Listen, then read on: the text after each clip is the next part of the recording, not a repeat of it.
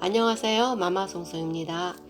오늘은 우리가 일상생활을 하는 가운데 당연히 발생하는 사람들과의 심리관계에 대해서 이야기를 나누고자 합니다. 그러한 면에 대해서 세부적으로 들여다보고 인간 심리가 어떻게 작용하고 있는가에 대해서 설명한 책을 소개하면서 시작해 보도록 하겠습니다. 제가 오늘 소개할 책은 웃는 얼굴로 구워 삶는 기술이라는 제목의 책입니다. 책 제목이 좀 특이하죠? 그래서 저도 읽기 시작했는데요. 그 내용 또한 우리의 삶 속에서 이루어지고 있는 미묘한 심리 상태를 보여주고 있어서 이참에 여러분과 함께하며 마음을 열어보는 시간을 가지면 좋겠다 싶어서 소개하고자 합니다. 이 책의 저자는 로버트 치알디니와 노아 골드스타인 또 스티븐 마틴이 공동 집필했고요. 저자들은 모두 심리학에 관여한 일들을 하고 있는 분들이네요. 그리고 책은 위즈덤 하우스에서 펴냈습니다.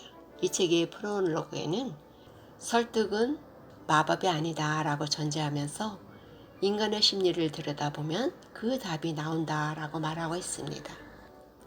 그러면 이 책에 소개된 방법 중 몇 가지에 대해서 알아보도록 하겠습니다. 인간 관계성은 상호성의 원칙을 갖고 있다라고 전제하고 있고요. 그래서 상대편에게 조금 신세진 기분을 느끼게 하면 보다 수월한 긍정적 결과를 맞이하게 된다는 설명입니다. 예를 들면 상대방의 어려움에 도움을 주어서 문제 해결을 풀도록 하는 것이죠. 이런 행동은 상대방의 마음을 열리게 하고 상대방으로부터 긍정적인 반응을 이끌어낼 수 있다는 의미예요. 이런 행동이 꼭 무엇을 바라고 하는 계산적인 행동은 당연히 아니겠죠. 다만 이러한 선물 같은 행동은 상호성의 원칙이 활성화되도록 하는 것에 도움을 준다고 합니다. 상대방을 효율적으로 설득할 수 있는 태도는 상대방에게 향한 존중하는 마음이 전제되어야 하고 이러한 마음은 자연스럽게 상대방에게 전달될 것이기에 효율적이고 긍정적인 설득의 효과로 이어지는 것이라고 보여집니다. 위와 같은 맥락으로 보면 이 책에 소개된 교환의 법칙도 같은 의미로 볼 수 있을 것 같습니다. 상대방의 어려움을 적극적인 도움을 줌으로써 그 호의를 되돌려 받게 되는 기회가 생긴다는 거죠. 그러나 그 대가를 바라고 경제적이든 업무적이든 도움을 주는 것은 부정적인 결과를 보일 것입니다. 즉, 선의의 도움이어야 한다는 것은 두말할 필요가 없을 것입니다. 우리가 상대방을 도와줄 때는 그 마음이 함께 움직여야 된다는 것은 명백한 사실입니다. 상대방의 마음에 공감한다는 의미니까요. 아마도 도움을 받는 상대방은 도움을 준 사람에게 언제나 감사하는 마음을 갖게 될 것이고 그러한 마음은 도움이 절실한 또 어떤 사람에게 그대로 도움의 손길로 전달될 수 있기 때문입니다. 이 책에는 설득의 방법으로 유니폼 전략이라는 부분도 소개하고 있는데요. 유니폼 전략은 같은 처지에 있다라는 공동체 의식을 함께 할 수 있는 계기를 만들어 준다는 거죠. 즉, 우리라는 카테고리 안에 묶을 수 있어서 문제를 보다 쉽게 해결할 수 있다는 겁니다. 너와 나라는 분리된 생각이 함께하는 우리라는 테두리 안에서 함께하는 시너지 효과를 낼 수 있다고 봅니다. 공동의 목표가 생기기 때문이죠. 서로의 유대관계의 힘이 느껴지는 효과입니다. 또한 설득과 관련지어서 자격증의 힘이 대단한 면이 있다는 것도 알 수 있어요. 자격증의 힘은 힘들이지 않고 인정받는 데 사용될 수도 있고 또한 상대방을 설득하고 도움을 받는데도 한몫을 한다고 해요. 말하자면 지식이나 경험을 갖게 되면 상대방을 설득할 힘이 갖춰진 것과 같다라고 보는 거죠. 가끔 병원에 가서 불안할 때도 있잖아요. 과연 이 의사가 내 병을 잘 고칠까?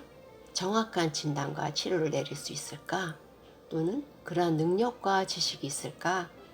등과 같은 걱정이 앞서기도 합니다. 그런데 이러한 마음을 달랠 수 있는 방법이 있죠. 바로 벽에 붙어있는 의사 자격과 경력에 대한 알림글입니다. 의사의 전문성을 알게 되고 나면 불안했던 마음을 내려놓게 되기도 하고 자격증을 보고 의사에 대한 신뢰성이 생기게 됩니다. 믿는 마음이 생기는 거죠.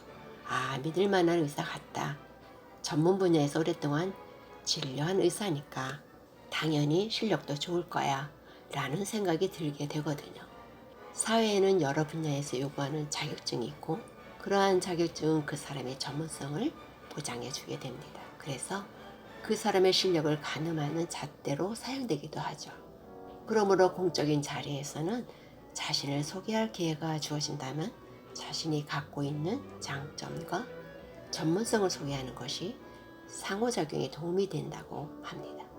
너무 겸손할 필요도 없고 필요 이상으로 소심할 필요도 없다는 거죠.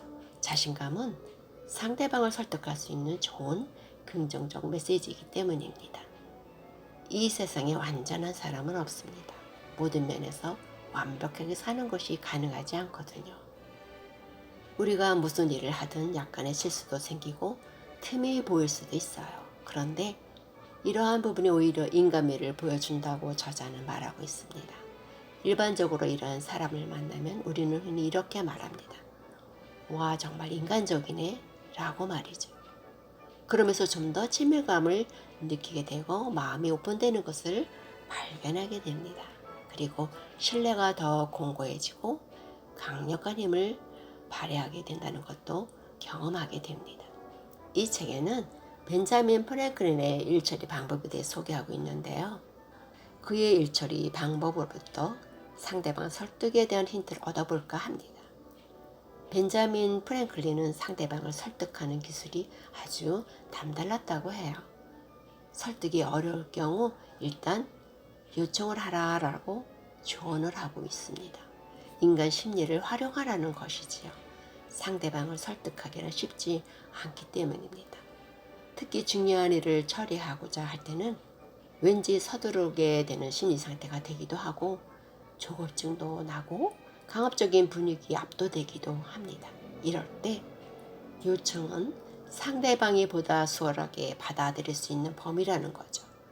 상황에 따라 도움을 요청하는 것은 상대방의 입장을 배려하는 마음이 담겨져 있기 때문일 것입니다. 그래서 큰 요청이든 작은 요청이든 자신의 역량 안에서 그 요청을 들어주고자 하는 긍정적 마음 상태가 됩니다. 설득보다 일이 더 잘 풀리고 좋은 방향으로 효과도 볼 수 있는 방법입니다. 우리 삶의 형태가 점차적으로 변해감으로 인해서 인간관계도 서로 소원해지고 오히려 기계에 의존하는 경우가 많아지고 있습니다. 그러다 보니 식사도 혼밥하는 것이 더 자연스럽고 편한 느낌을 갖게 됩니다. 서로 대면하는 것에 대해서 불편해하는 경향이 생기고 있습니다. 지하철을 타든 공항 대기실에서든 모두 손안에 있는 휴대폰과 대화를 하고 있는 모습을 일상으로 보고 있습니다. 왜냐하면 점차 그러한 상태를 더 편하게 생각하기 때문이에요. 누구랑 서로 대화하려고 애쓸 필요도 없고 다른 사람에 관심 갖는 것도 싫어하게 되는 그러한 경향으로 변하고 있습니다. 앞으로는 어떻게 변해갈까요? 어쩌면 대화라는 장르가 없어지는 것은 아닐까요? 이러한 우려 속에서 우리의 삶 속에 따뜻한 기운을 불러일으키는 것은 인간적인 메시지, 즉 스토리텔링이 아닌가 생각해 봅니다. 이 책에서도 스토리텔링이 사람의 심리를 자극하고 반응하게 만든다라고 말하고 있습니다. 능동적으로 마음을 움직이는 매체가 된다는 거죠. 작은 메시지이건 사진 몇 장이든 그것에 담긴 스토리는 사람의 심리를 자극하고 반응하게 만드는 도구가 되는 것입니다. 더 많은 정보를 취하고 그로 인해 더 수용적인 태도를 갖게 하는 도구라는 것입니다. 그러므로 우리의 생활 속에서도 이러한 스토리텔링의 방법을 이용해서 인간관계성을 더 긴밀하게 엮어나갈 수 있다고 생각해 봅니다. 이번에는 차일피일 미루기만 하는 사람들을 위한 처방에 대해서 알아보겠습니다. 우리는 대부분 해야 할 일을 정해놓고도 차일피일 미루기를 수없이 반복합니다. 내일부터 하면 되지.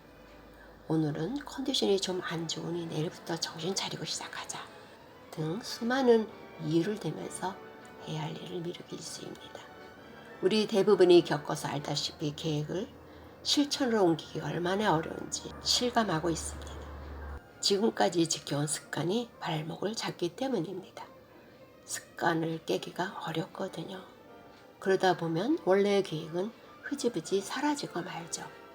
그러면 어떻게 하면 실행력을 높일 수 있을까요? 저자는 다음과 같은 방법을 제안합니다. 우선 실행 의도 계획서를 활용하라고 하네요. 계획을 이행하기로 한 사람에게 언제, 어디서, 어떻게 이행할지 구체적으로 계획을 세워서 하라는 것입니다. 즉, 막연하게 뭐뭐 해야지 또는 뭐뭐 할 거야 라는 식의 자신만의 다짐이 아니라 여러 사람에게 공표하고 구체적 실행 계획을 공유하라는 것입니다.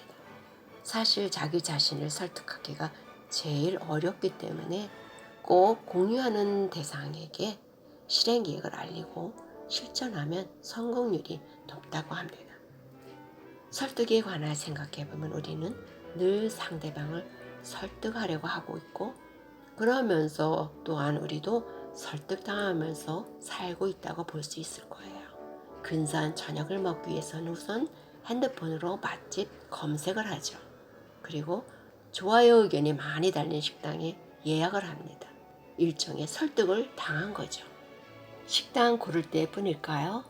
작은 물건을 사려고 하면 우선 검색창에 제목을 달고 훑어보기 시작합니다. 그리고 또 설득당하면서 물건을 삽니다.